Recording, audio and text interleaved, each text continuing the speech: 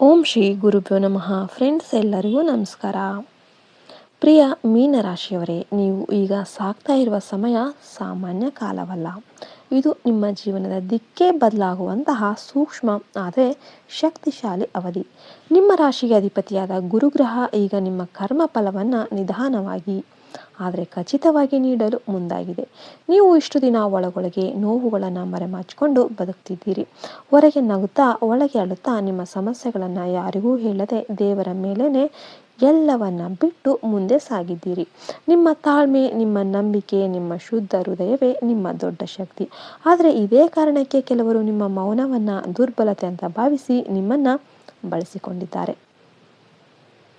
ನಿಮ್ಮ ಭಾವನೆಗಳನ್ನು ಕಡೆಗಣಿಸಿದ್ದಾರೆ, ನಿಮ್ಮ ವಿಶ್ವಾಸವನ್ನು ಮುರಿದಿದ್ದಾರೆ. ಇದರಿಂದಾಗಿ ನಿಮ್ಮ ಮನಸ್ಸಿನಲ್ಲಿ ನಾನು ಯಾವಾಗಲೂ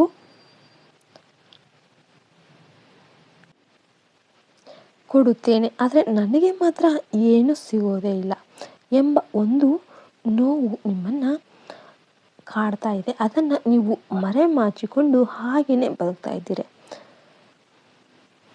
ಆದರೆ ನಿಮ್ಮ ಹೃದಯ ತುಂಬ ಶುದ್ಧ, ಅದೇ ನಿಮ್ಮ ದೊಡ್ಡ ಶಕ್ತಿ. ಆದರೆ ಇದೇ ಕಾರಣಕ್ಕೆ ಕೆಲವರು ನಿಮ್ಮ ಮಿಸ್ಯೂಸ್ ಮಾಡ್ಕೊತಾ ಇದ್ದಾರೆ, ನಿಮ್ಮ ಮನಸ್ಸನ್ನು ನೋಯಿಸ್ತಾ ಇದ್ದಾರೆ. ಯಾವಾಗಲೂ ನಾನು ಯಾಕೆ ಸಿಗೋದಿಲ್ಲ ಎನ್ನುವ ಒಂದು ಪ್ರಶ್ನೆ ಹಲವು ಬಾರಿ ಹುಟ್ಟಿಕೊಂಡಿದೆ. ಆದರೆ ಮೀನರಾಶಿಯವರೇ, ದೇವರು ಯಾರಿಗೂ ಅನ್ಯಾಯ ಮಾಡೋದಿಲ್ಲ. ನನಗೆ ಯಾಕೆ ಹೀಗೆ ಅಂತ ನೀವು ಅಂದ್ಕೊಳ್ಳೋಕ್ಕೆ ಹೋಗಬೇಡಿ.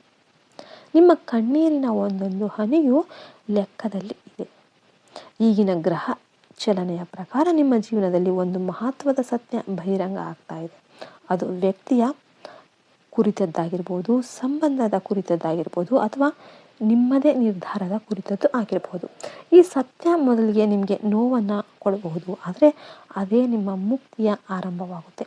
ಈ ಸಮಯದಲ್ಲಿ ನಿಮ್ಮಿಂದ ದೂರ ಆಗುವವರು ನಿಮ್ಮ ಶತ್ರುಗಳಲ್ಲ, ಅವರು ನಿಮ್ಮ ಜೀವನದಿಂದ ಹೊರಗೆ ಹೋಗಬೇಕಾದ ಅವರು ನಿಮಗೆ ಎಷ್ಟೋ ಪಾಠಗಳನ್ನು ಮಾತ್ರ ನಿಮಗೆ ಉಳಿಸಿ ಹೋಗ್ತಾರೆ. ನೀವು ಇದನ್ನು ಒಪ್ಪಿಕೊಂಡಾಗಲೇ ನಿಮ್ಮ ಮನಸ್ಸಿಗೆ ಶಾಂತಿ ಅನ್ನೋದು ಸಿಗುತ್ತೆ. ಹಣಕಾಸಿನ ವಿಷಯದಲ್ಲಿ ಮೀನರಾಶಿಯವರು ಈಗ ಹೆಚ್ಚು ಜಾಗ್ರತೆಯ ಅವಶ್ಯಕತೆ ಇದೆ. ನಂಬಿಕೆ ಹೆಸರಿನಲ್ಲಿ ಸಾಲ ನೀಡೋದು ಅಥವಾ ಯಾರಾದರೂ ಹೇಳಿದ ಮಾತಿಗೆ ನೀವು ಏನು ಮರುಪರಿಶೀಲನೆ ಮಾಡದೆ ಹಣವನ್ನು ಹೂಡೋದು ಈ ಸಮಯದಲ್ಲಿ ನಷ್ಟಕ್ಕೆ ಕಾರಣ ಆಗ್ಬೋದು. ಆದ್ದರಿಂದ ನೀವು ಶ್ರಮಪಟ್ಟು ಮಾಡಿದ ಕೆಲಸದಿಂದ ಬರುವ ಆದಾಯವನ್ನು ಯಾರೂ ತಡೆಯೋದಕ್ಕೆ ಆಗೋದಿಲ್ಲ. ಕೆಲಸದ ಕ್ಷೇತ್ರದಲ್ಲಿ ನಿಮಗೆ ಹೊಸ ಜವಾಬ್ದಾರಿ ಅಥವಾ ಸ್ಥಾನಮಾನ ಬರುವ ಸೂಚನೆ ಇದೆ. ಆದರೆ ಅದಕ್ಕೆ ಮುನ್ನ ನಿಮ್ಮ ತಾಳ್ಮೆಯನ್ನು ಪರೀಕ್ಷಿಸುವ ಪರಿಸ್ಥಿತಿ ಬರುತ್ತೆ.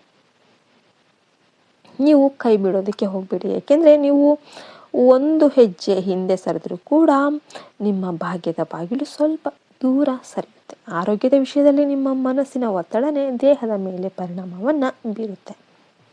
ನಿದ್ರಾಹೀನತೆ, ತಲೆನೋವು, ಅಜೀರ್ಣ ಈ ರೀತಿಯ ಸಣ್ಣ ಸಮಸ್ಯೆಗಳು ಕಾಣಿಸಬಹುದು.